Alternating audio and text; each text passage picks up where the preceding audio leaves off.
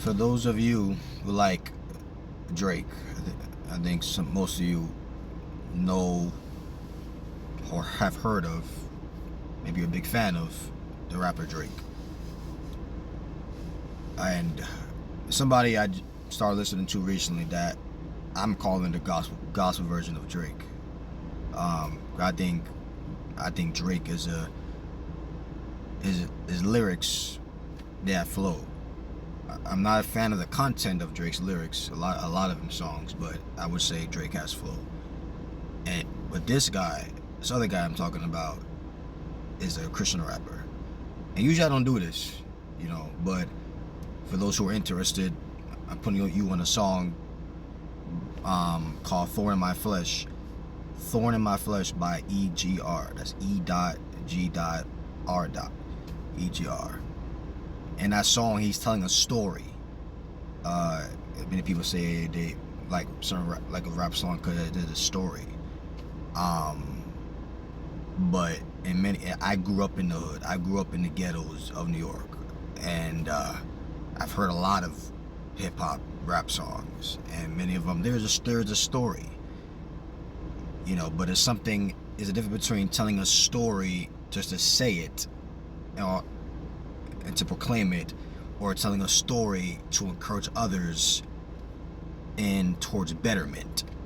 So a lot of those songs I would listen to, it was stories. I mean, some hip hop songs, rap songs, there was a couple that I would find decent, but the majority of them, the message was just about pretty much there's a story, but it's you're still thinking about your pleasure, your gratification.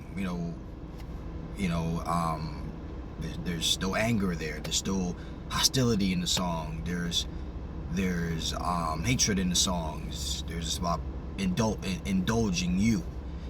I would listen to these songs and still be left empty after it all. Still thinking about me, myself, my pleasure, what I want.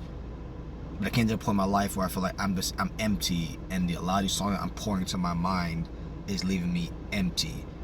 And I love Drake, and I pray for him, but I listen to a lot of his songs, and it's not bringing me closer to purity. There's certain songs you listen to, think about it. Just listen to certain songs. After the song is finished, are you thinking about God more? Are you thinking about loving people better, being kinder, and being more patient, being more forgiving, being more faithful to your spouse, being honest with people, not stealing, and all these, and not gossiping and slandering? A lot of the popular songs, no. You're just thinking about having a good time, passing drinks around, laying down with whoever. You're just thinking about just, quote unquote, having a good time, right? Having a fun time. And we know that often many of our so-called fun time leads to brokenness and regrets. But yeah, in that song that EGR puts out, he's talking about his story with dabbling with drugs, and someone introducing the pornography. I believe it was cousin in the song, in a magazine, and that started a seed and grew to something more, and struggling with sex and alcohol and drugs and just going for all that, because that was presented to him as the way to live. This is the way to live. This is the great life, the accepted life, the awesome life, the fun life. Many people, and I grew up around that. Prostitutes, depressed, suicidal, people young ages dead, shot dead. Living like a thug, living like a gangster, wannabe gangster. Horrendous relationships, instability in their life. Horrendous family life is horrible with their parents and their siblings and even people with their kids. Toxic. Alcoholism, wasting their money on liquor, and just losing jobs, losing their mind, mental illness. And there's different factors, but one big factor is what they're putting in their brain. The music, man. And these people, they will sit back, lay back in their car hours, soaking that all in. in their bedroom, soaking it all in. While driving, soaking it all in. And all those songs, those words are putting a seeds in your mind. It's shaping you. It's shaping you. You know, it's turning you into something. Because songs also play on your feelings, your emotions. Right? So in that song where EGR, what he did, he's talking about how he finally surrendered to God, and God is so right with the Lord, and got closer to God, but he backslid, which many people can testify about that. He backslid, and then he came back to faith, to fellowship, you know, and it's nice. That song is amazing. There's flow in it, there's a story in it, it's a great beat for those who like that kind of stuff. Some people like it, some people don't, if that's your cup of tea. But you know,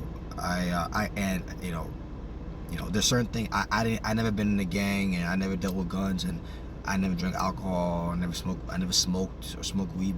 But I've known people that have done that, and I've seen how their life has ended up. I've seen how they are in their personality, and their habits now is different, and the way the whole purpose of life is this down the drain now, in my personal opinion. This way towards just selfishness, and they're empty.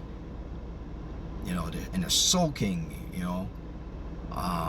So yeah, man, my issue was just say watching pornography, and even thinking about going to that field of womanizing and truly being out there with body after body after body. But you know, I knew deep down that was not going to fill me. And listening to other people's testimony, talking to them, and saying, you know, I've been about that, I did that. Sure, it's pleasurable for the flesh, but deep within, it was wrecking me. It was ruining me.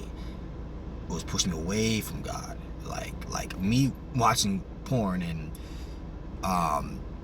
thinking about that, and you know, watching all these lusty videos on screens and all these things.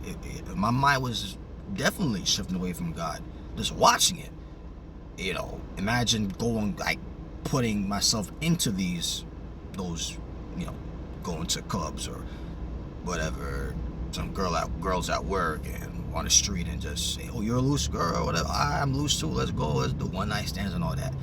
You know, I just knew it wasn't right, you know. And watching testimonies of women on YouTube, testimonies of former strippers, man, former porn stars, and former, you know, and they were empty, you know. So just depressed, mad, violent, angry at the world. Although they put on a facade like they're okay. They'll put on their clothes, their sexy outfits, and fancy hairstyles, and their nails, and smile. I'm making money, blah blah blah, whatever. I'm a boss chick, and all these things. But deep down, they try to hide it from everybody else. But God knows that they're empty inside, broken inside. So yeah, you check that song out if you want, if you like. Listen, if you're in that lifestyle, listen, there's hope for you, and I pray that you will come out of that. I pray you will make the changes, your associations, your music, what you're feeding your mind. You know, it's very important.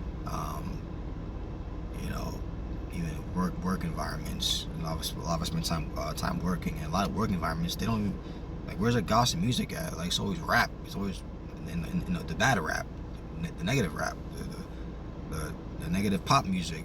A lot of lyrics is just about party, get drunk. It's just get high. And there's a whole bunch of nothing that's pushing us towards purity and loving people and being kind. And then we get upset when the world is the way it is, broken. Yet you hear on the airwaves and the music, is it promoting that? Is it pushing us towards that? No, it's about being selfishness. You know, selfish indulgence. And then we cry when evil happens. We scratch our heads. What's wrong with the world? What's wrong with us? Yeah, what's wrong with us, for real? What are we pushing out there? It's making it harder for us to truly contribute to be that light in the world that others need to see and learn from. All right. So God bless y'all. I love y'all. Blessing and peace be upon you. In Jesus' name.